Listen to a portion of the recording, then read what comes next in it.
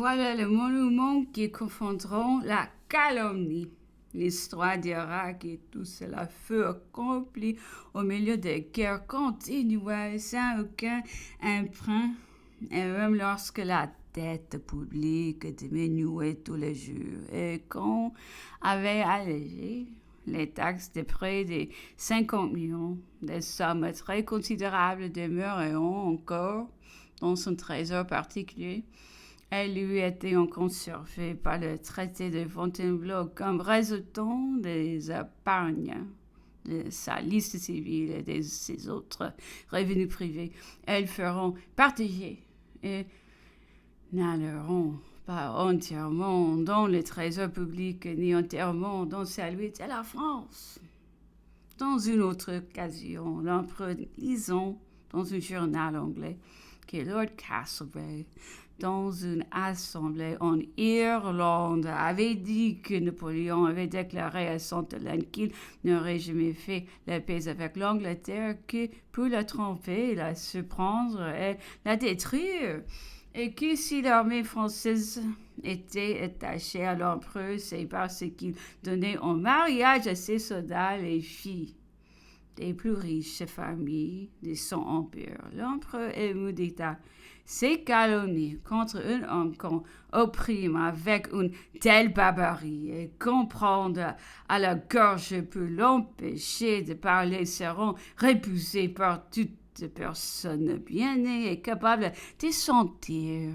Quand Napoléon était sur le premier trône du monde, alors sans doute ses ennemis ont eu le droit de dire tout ce qu'ils ont voulu. Sa conduite était publique et servait de suffisante réponse. Quoi qu'il en fût, elle était du département de l'opinion et de l'histoire. Mais aujourd'hui, de nouvelles et basses calomnies tiendront à la dernière lâcheté et ne rempliront pas leur bout. Des millions de libelles ont paru et paraissant tous les jours sont sans effet. 60 millions d'hommes des contrées les plus policiers de l'univers élevant leur voix pour les confondre et 50 000 Anglais qui voyageant maintenant sur le continent apporteront chez eux la vérité au peuple des trois royaumes, qui rugiront d'avoir été si grossièrement trompés. Quant au billet qui a traîné Napoléon sur un roc, c'est un acte de proscription semblable à ceux des Scylla. Et pis encore, les Romains poursuiviront Hannibal jusqu'au fond de la Bithynie. Flaminius obtint du roi prussien la mort de cet grand homme et portant à Rome. Flaminius fut accusé d'avoir agi ainsi pour satisfaire sa haine personnelle. En vain, allégua-t-il que Hannibal encore, dont la vigueur de l'âge pouvait être dangereuse, que sa mort était nécessaire. Mais voix répondiront que ce qui est injuste et ingénéreux ne peut jamais être avantageux à une grande nation, que de tels prétextes justifieront les assassinats, les empoisonnements et toute espèce de crime. Les générations qui suivront reprocheront cette lâcheté à leurs ancêtres. Elles auraient payé bien cher pour effacer une telle tâche de leur histoire. Depuis le renouvellement de l'être parmi les nations modernes, il n'est point de génération qui n'ait uni ses imprécations à celle qui proféra Hannibal au moment de voir la Saint-Sigue. Non, il maudissait cet Rome qui, à une époque où ses flottes et ses légions couvriront l'Europe, l'Asie et l'Afrique, assouvissait sa colère sur un homme seul et désarmé, parce qu'elle le craignait ou qu'elle prétendait le craindre.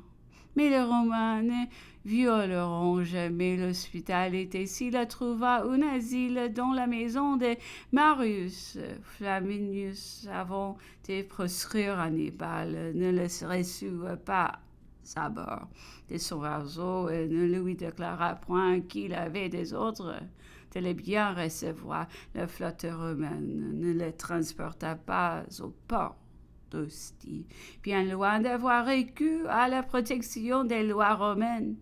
Hannibal préféra confier sa personne à un roi d'Asie. Lorsqu'il fut proscrit, il n'était pas sous la protection de l'étendard romain. Il était sous les drapeaux d'un roi ennemi de Rome.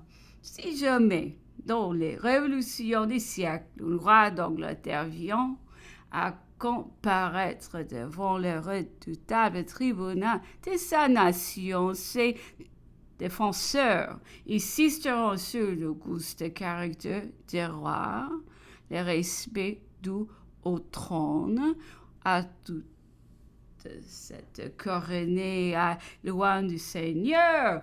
Mais ses adversaires ne seront-ils pas en droit de répondre?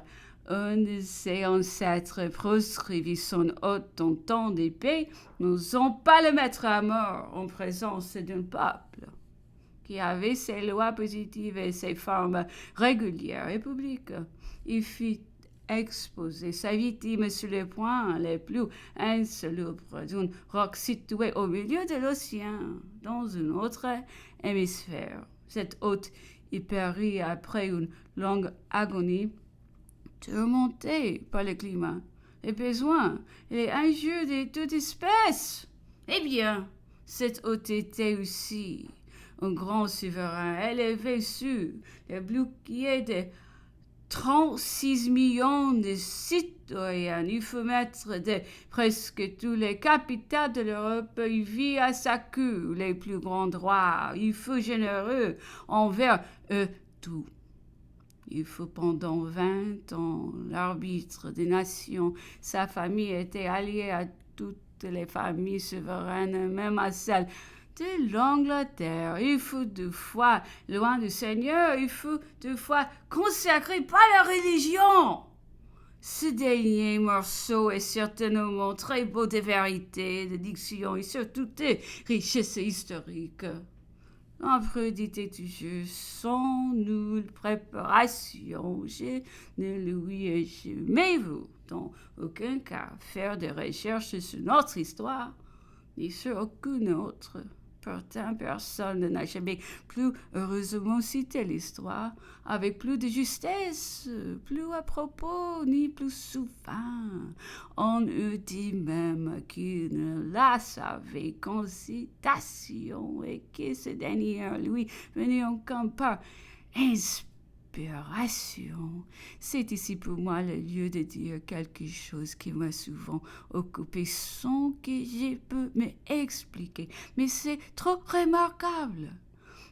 Et je n'ai été trop souvent le témoin peut le passer sous silence. C'est quand eux dit qu'il existait en Napoléon une foule d'objets qui y demeureront, comme en réserve peut apparaître avec éclat dans les circonstances soignées, qui dans les moments d'insouciance semblent plus que surveiller lui être peu ainsi dire étranger. Sur l'histoire, par exemple. Combien de fois ne m'a-t-il pas demandé si sans lui était avant après Philippe le Bel ou autre chose semblable? Eh bien, l'occasion arrivait-elle pour lui? Alors il faisait sans hésiter les citations les plus minutieuses, et lorsqu'il m'est arrivé à douter parfois, et que j'ai été vérifié, et tout était de la plus scrupuleuse exactitude. Je ne l'ai jamais trouvé en faute.